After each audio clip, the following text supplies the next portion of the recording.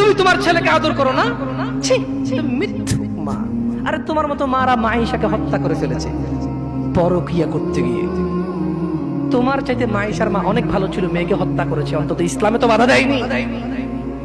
আমি বলছি না খুন ভালো, আমি বলছি না খুন ভালো, আমি বলছি না খুন ভালো, আমি বলছি তোমার চাইতে ভালো সে তার মেয়েকে হত্যা করে নিজে অপরাধী হয়েছে, মেয়েকে তো অপরাধী করেনি, করেছে।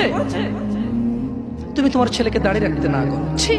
ঠিক আছে, তোমার ছেলে কলেজে যাবে না, এখানে মহিলারা ওয়াজ শোনে, এই কাগজ কি কেউ পৌঁছাতে পারবে? মহিলা লিখে দেবে তার ছেলে কতদিন বাঁচবে, লিখে দিবে তার ছেলে কলেজ পর্যন্ত বাঁচবে, তারপর দাঁড়িয়ে রাখবে, সে লিখে দেবে।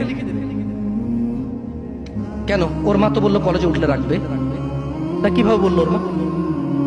আপনি বলছেন যে কলেজ পর্যন্ত বাঁচবে কিনা লিখে দিতে পারবে না, তাহলে ওর মা কিভাবে বলে কলেজে উঠলে রাখবে? এই ছেলেটা কিভাবে বলে আর একটু বয়স হলে রাখবে? ও তো জানে কতদিন বাঁচবে, ঠিক এই জন্য নির্ধারণ করছে যে আমি তো 200 বছর বাঁচবো, ওকে 150 বছর পরে রেখে দেবো। এরকম না হলে সে কিভাবে বলে সে পরে বাঁচবে? ইয়া শিবাব, চাল ইলাল মসজিদ, চাল ইলাল্লাহি জাল্লা ওয়া আলা। তাকে যখন বলা হয় মসজিদে এসে, সে বলে পরে। লিখে দে কবে কতদিন বাঁচবি রে তুই, লেখ। এই ছেলে লেখ। হাসতেছেন, হাসতেছেন। ইন্না লিল্লাহি। সে বলে পরে। তার এই কথাটা মিনিং করে সে জানে সে কতদিন বাঁচবে, তাই সে পরে এক সময় সময় করে এসে দিবে। ইন্না লিল্লাহি ওয়া ইন্না ইলাইহি রাজিউন।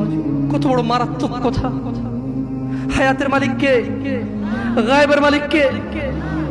সে কিভাবে বলে সে পরে আসবে? সে মাগরিব পড়বে না, ইশা পড়বে না, ফজর পড়বে না, সে মাগরিবে বলে কালকে ফজর থেকে পড়বো, সে রাতের গ্যারান্টি দিচ্ছে সে বাঁচবে। লিখে দে তুই রাত বাঁচবি।